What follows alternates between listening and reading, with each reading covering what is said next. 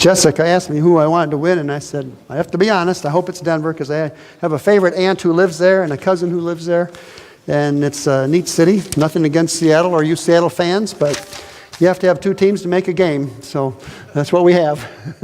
We'll see what happens today. Today, the title of my message is Blessing, simply blessing. And what is a blessing? I'm asking you to think about today. Blessed are those who are having challenges in their lives. We hear from the scriptures today. Happy? Maybe. Is that a blessing? Sure. It's the one that passes. Fortunate? Well off? I think Seattle needs little Lennon on his team. I think he could... That was pretty good timing for 10 yards there. Okay. What is a blessing? A blessing might be defined as fortunate, when we're well off, when we have a special favor of some kind, when life treats us well, when something is bestowed upon us. Maybe we're given a promotion, we're given authority over someone else. Somehow, we might understand all of those as blessings. I count it a blessing to be your pastor most of the time. There are those days, of course. But those are blessings that come and go, each of those blessings. Being blessed means that we're not alone, that we have a friend along with us, the one who is the plus sign in our lives. The deeper meaning of blessing today has to do with our worth, whether we win or whether we lose. Wherever we find ourselves, the plus sign is having Christ in our lives, and that we have value because of that. Being blessed isn't something that happens in exchange for what we do or do not do, for what we do right or what we do wrong. Being blessed goes far deeper today, and I'm asking you to think about that with me. Blessing is just because. It's like in our baptisms. It's because we are claimed with that cross as a sign is placed upon our foreheads, claimed as God's own. Just because we exist, we are God's. There's the greatest plus sign that ever happened.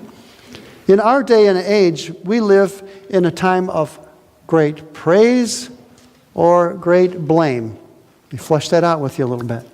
For our kids that go to school, our girls were in 4-H and they'd come home with a ribbon. Their walls were thick with ribbons just because they showed up.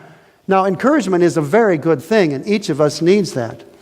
We also need to learn the difference between what is excellent and what is a superb effort, a second, a third try, versus just being present. And I'm wondering about what happens today with our abundance of praise. Again, encouragement is a necessary thing, and I'm not talking about discouraging, but I'm talking about appropriate naming of something that is really good and something that is average, if you will. I'm thinking about showing up. That's what we do. And then somebody who makes a special effort ought to be recognized for it. So that's on the one side. At times there is excessive praise, I think, in our culture. The other side, the blame side, anybody think there's excessive blame in our culture? Everybody's blamed for something. The president's blamed, the Republicans are blamed, the Tea Party is blamed, the Democrats are blamed, the teachers are blamed, the mayor is blamed.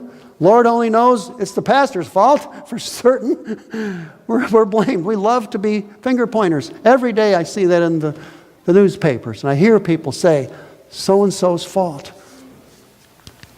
Blame in our country has become such an epidemic that it overshadows the truth of the matter, which is sometimes we need to take responsibility when mistakes are made. It's a part of life. Blame means we don't have to take responsibility because, doggone it, it's the weatherman's fault or somebody's fault. When darn well we should take responsibility as a people. That's what our nation was founded upon. Each of us taking responsibility and not finger pointing for somebody else to fix our situations that we don't like. Today, in this matter of blessing, why is Jesus blessing these people? Blessed are the poor in spirit, those who mourn, those who are meek, those who hunger. That doesn't sound like the list of blessings that I think of when I think of blessings. Usually it's because I feel good today, I feel blessed. I'm your pastor, I feel blessed. We've got heat in the house, we've got pizza in the oven, I feel blessed. Maybe your team wins today, you feel blessed. You have a job tomorrow, you're blessed. That isn't the list we're talking about here, is it? It's a whole different list. Now, this instruction here that Jesus gives It isn't about the people that I consider blessed. It's not about a surefire instruction here, this list today, for success in life. Do these 10 things and you'll be successful. It's not the keys to the kingdom of happiness, this list, is it? It's not your best life now made into a book. Not this list. This list is God showing up amongst the least of these at the least likely time for the most difficult situations in life. That's what the Beatitudes are all about. That's what God specializes in. It's what God does best.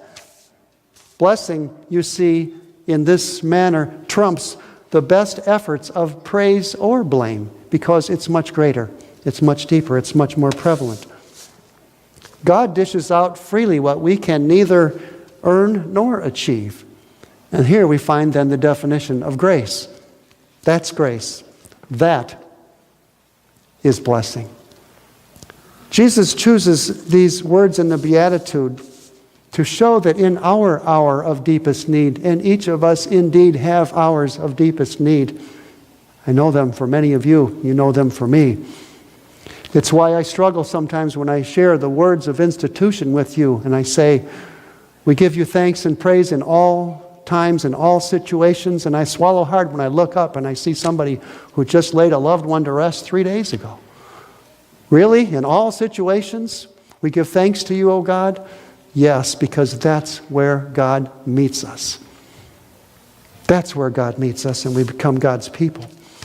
So that we can leave behind happiness, which is something that comes or goes. It was President Lincoln, remember, that said, people are as happy as they make up their minds to be.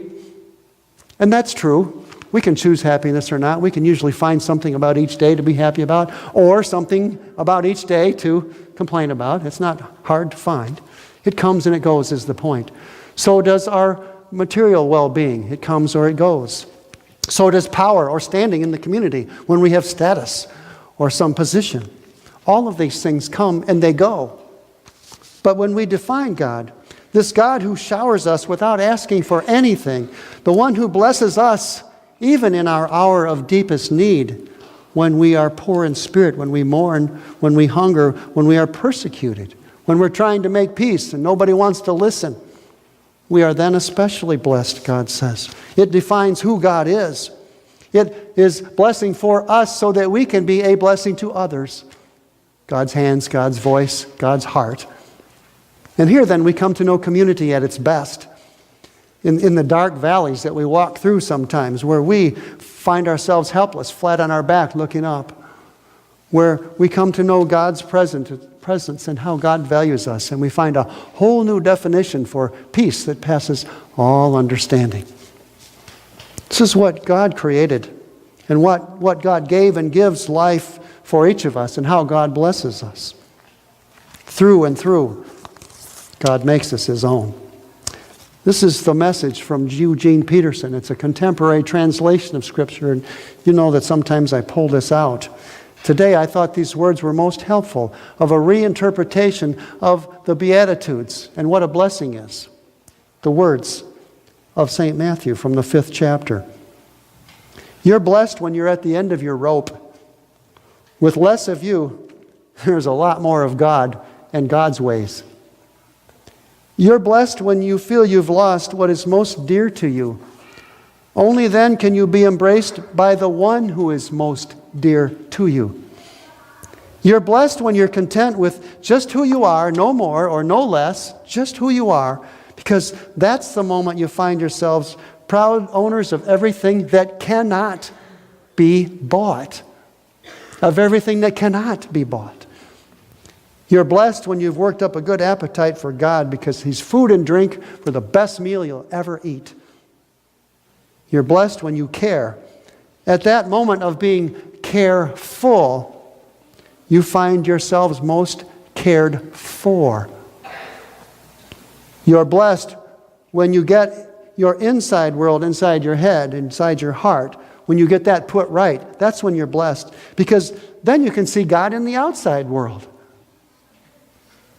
You're blessed when you can show people how to cooperate instead of how to compete or fight.